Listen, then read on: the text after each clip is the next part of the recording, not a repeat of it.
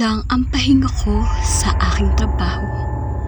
Sa araw na to ko ginagawa ang lahat ng pwede kong gawin sa inuupahan kong kwarto sa isang 3 palapag na apartel. Paglilinis, pag-aayos ng mga gamit, paglalabada, at pamamalansya. Sa edad na 28 ay independent na ako. May maayos na trabaho sa isang traveling agency sa QC.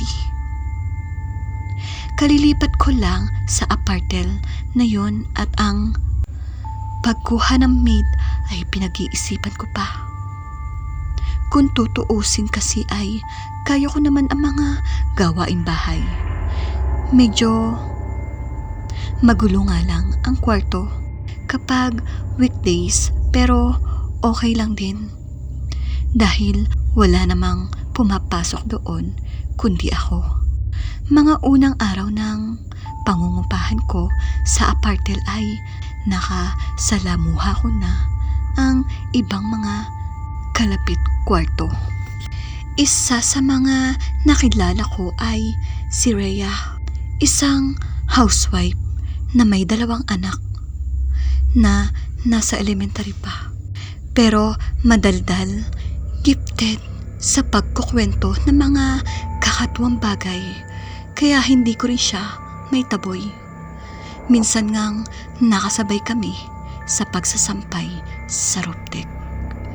May sinabi siya tungkol sa apartel. Wala ka bang nararamdaman kakaiba sa gusaling ito? Tanong niya. Wala naman ho. Bakit ho? Sa himig pa lang ng pananalita ay alam ko ng supernatural ang pinag-uusapan namin.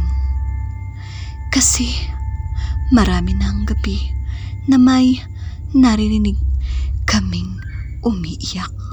Tapos yung panganay ko na may nakita raw sa roof deck na white lady.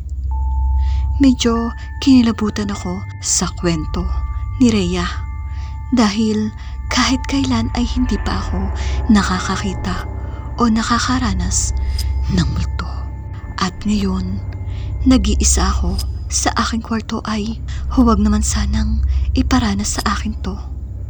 Mahina ang puso ko sa katatakutan. Pinagsisihan ko ang araw ng linggo na yun na nakasabay ko si Rhea sa roof deck. Naging exaggerated kasi ang senses ko mula noon. Pakiramdam ko ay may nakatingin sa akin sa tuwing matutulog ako sa kama.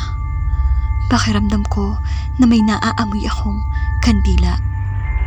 Pakiramdam ko na may naririnig akong iyak kahit wala naman. Pero sabi nga, minsan sa buhay ng isang tao, dumarating daw talaga ang pagkakataon na makakaranas ka ng mga kababalaghan. Linggo noon, isinampay ko ang aking mga damit sa roof deck at pagkatapos gawin ang ibang gawaing bahay ay nagpasya akong magliwaliw grande sa mall. Kumain ako sa restaurant, nanood ng sine, namili ng ilang blouses at kung ano-ano pang klase ng self-pampering. Pagdating ko sa apartel ay madilim na. Naalala ko ang mga sinampay ko, kaya pagkahatid ng aking mga pinamili sa kwarto ay umakyat ako agad sa roof deck para kunin ang aking mga isinampay. Matatapos na ako nang kunin ko ang aking mga damit nang mapatingin ako sa may tangke ng tubig. Ewan ko ba sa sarili ko, pero parang gustong i-prove ng isip ko na eksaherasyon lang ang nakikita ko kaninang hugis tao sa may tabi ng tangke ng tubig. At sa kinatatayuan ko na mas malapit sa tangke ay madali kong napatunayan kung totoo ang aking nakikita.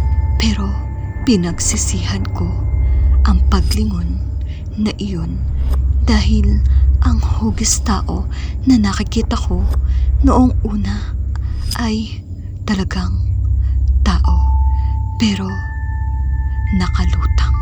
Isang babaeng nakasuot ng blouse at pantalong maong nakatingin sa akin na parabang isa akong malaking puzzle. Sa takot ko ay hindi ko na nakuha ang ilan kong mga damit. Dali-dali na akong tumakbo pababa ng gusali.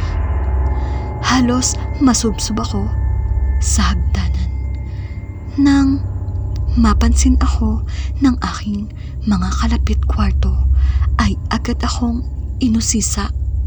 Namumutla raw kasi ako. Inabutan ako ng isang basong tubig at pagkalipas ng ilang minuto ay nahimasmasan naman ako.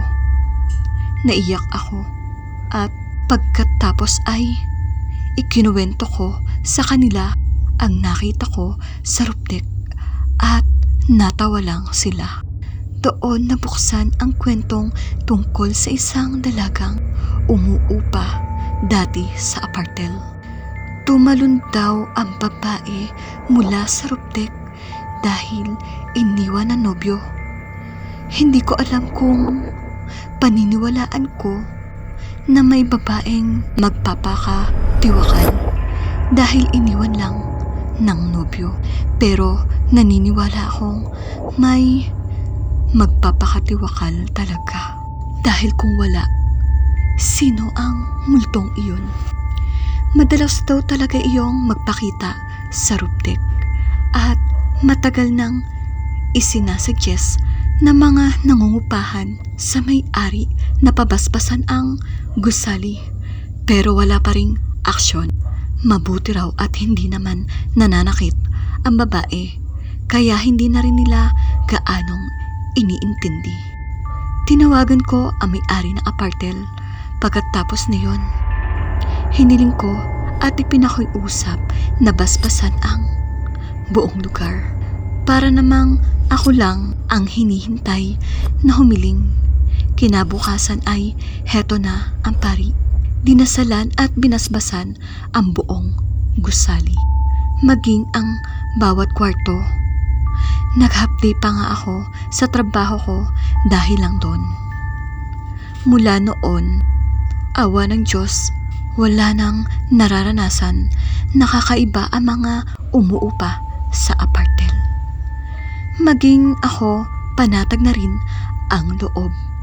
Pero buhat noon, kahit anong mangyari, hindi na ako nagpapaabot ng dilim sa roof